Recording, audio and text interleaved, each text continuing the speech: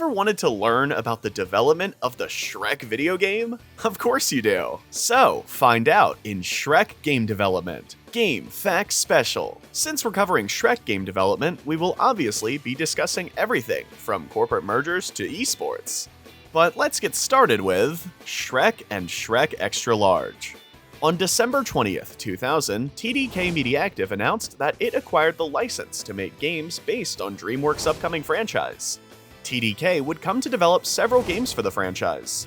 The first console game by TDK was a platformer called Shrek that released on the original Xbox in November 2001. The game was developed in collaboration with teams at DreamWorks as a tie-in to the first movie.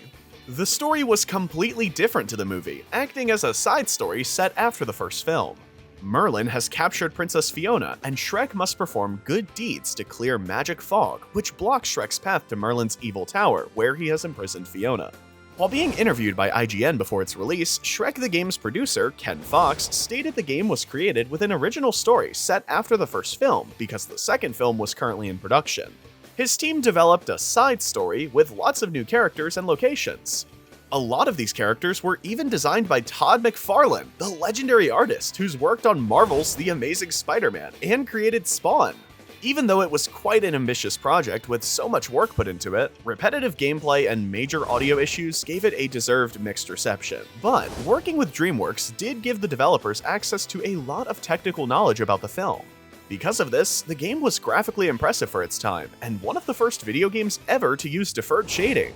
The same can't be said for Shrek Extra Large.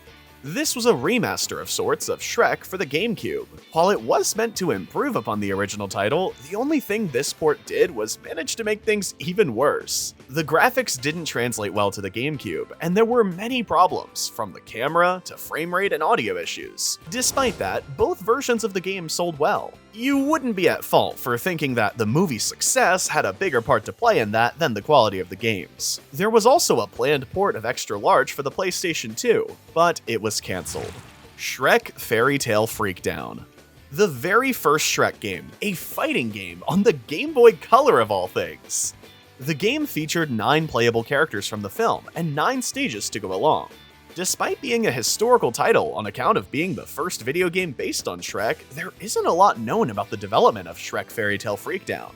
Moby Games lists Prolific Publishing as the developer, but Prolific Publishing was a publisher for a developer called Silent Software. So maybe Silent Software silently developed the game for Prolific, who acted as a middleman. The game itself sold well, despite its very obvious shortcomings, according to TDK. Is this your first, second, or third time watching Game Facts Special? Let us know in the comments below, and subscribe! If you have any ideas for episodes, we'd love to hear them too. There are even more Shrek development facts ahead, including a fan remaster and a fighting game played as an esport. Next up, Shrek 2. Shrek 2 probably had the bumpiest development of all mainline Shrek games. Despite that, it's one of the best interactive titles based on the films. After the surprising success of Shrek and Shrek Extra Large, TDK announced in 2003 that it'll be making a sequel. But the company was acquired by Take-Two Interactive in a deal worth millions that exact year. While nearly all of TDK's licenses transferred over after they were folded into 2K, their Shrek license did not. This was a huge blow for the company, since it was objectively the biggest license TDK Mediactive had. It also put the planned Shrek sequel into jeopardy. That's when Activision announced that it'll be taking over Shrek game publication with a new developer, Luxoflux.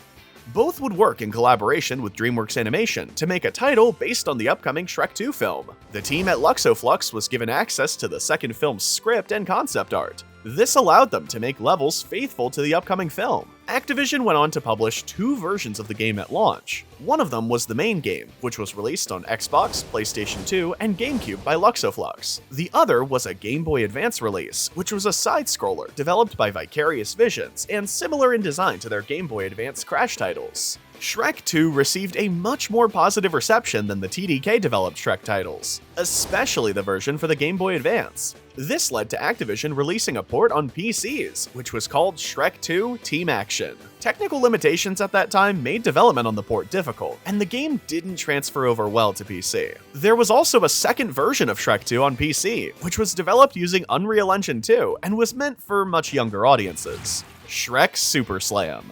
Well before the third Shrek movie was ever released, Activision took full advantage of their license with DreamWorks and made other Shrek games. One of these was Shrek Super Slam, a fighting game for Windows, PlayStation 2, GameCube, and Xbox, with variants on DS and Game Boy Advance. The fighter took obvious inspiration from Super Smash Bros. And other brawlers. The console versions of Super Slam were developed by Shaba Games, who we previously mentioned in our Every Cancelled Spider-Man game episode. The game was developed in a little over a year. It was a lot different compared to mainline Shrek games, and featured little to no notable story. Instead, players were just given the opportunity to have chaotic fun throughout many iconic locations in the franchise, using several characters from the movies as well as new ones. Surprisingly, DreamWorks was more than fine with the introduction of new characters in the Shrek universe. Originally, the game started life as a traditional fighting game, but warped into something closer to Smash Bros. And Power Stone once platforming elements were introduced. At the time, some parts of Shrek Super Slam were definitely impressive. Developers put a huge focus on making arenas feel interactive. You could break the arena with your attacks and completely change how everything looks, while also being able to use level-specific weapons in the environment. Even when there aren't any weapons to pick up, players can grab things such as furniture from the environment and use it against others. One highly impressive feat that the development team pulled off was to keep the game mostly similar across all platforms it released on. The 20 characters in the game were also given unique moves and slams. While the game wasn't generally very well received by critics, it became a cult classic with players, to the point where fans have taken it upon themselves to remaster the game for PC with high-quality textures, and the game is even played as an esport, complete with fighter tier lists, a regular podcast, and a tournament, Slam in the Swamp. Shrek the Third. Development for the next mainline Shrek games was much more straightforward, since there weren't any acquisitions or other unforeseen problems involved.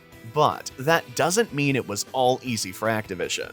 Shrek the Third, the game, was released in 2007 for Windows, Wii, Xbox 360, PlayStation 2, PlayStation Portable, Game Boy Advance, and Nintendo DS. Like Super Slam, the console version was again developed by Shaba Games. Little is known about development, but thanks to GameSpot interviews with lead designer J.C. Connors, we know that several levels were cut from the main game and repurposed for the DS release, and that the team continued to work closely with DreamWorks Animation on character designs for the game. Every version of Shrek the Third got mixed reviews, except for the Nintendo DS version. The Wii version was received especially harshly. Despite the developers claiming that the Wii controller was a lot of fun to work with, many players felt differently. Shrek Forever After. Just like the movie itself, Shrek Forever After, the game, came out to negative reception and ended up being considered a flop in an otherwise highly successful franchise. But, also similar to the movie, the game had some pretty neat ideas, which were a bright point for the, at the time, diminished franchise. Shrek Forever After was the last game published by Activision, this time being developed by XPEC Entertainment based in Taiwan and released on Windows, Xbox 360, PlayStation 3, and Wii, with an additional version developed by Kryptonite for the Nintendo DS. Once again, the developers and DreamWorks' own teams worked hand in hand to try and replicate the charm of the film in the game. During development, the team focused heavily on co-op features. Shrek Forever After allowed for up to 4 players to play co-op together, and puzzles were added to make players work together in creative ways. Like Shrek 2 and the Third, developers had access to 3D models, concept art, renders, and more from the movie. Shrek Forever After was unfortunately received poorly. Even an iOS port for the game, developed by Gameloft featuring an entirely different team, ended up getting negative reviews. Maybe someday Shrek will get the truly great platformer he deserves. Until then, we have Shrek Super Slam HD Remastered.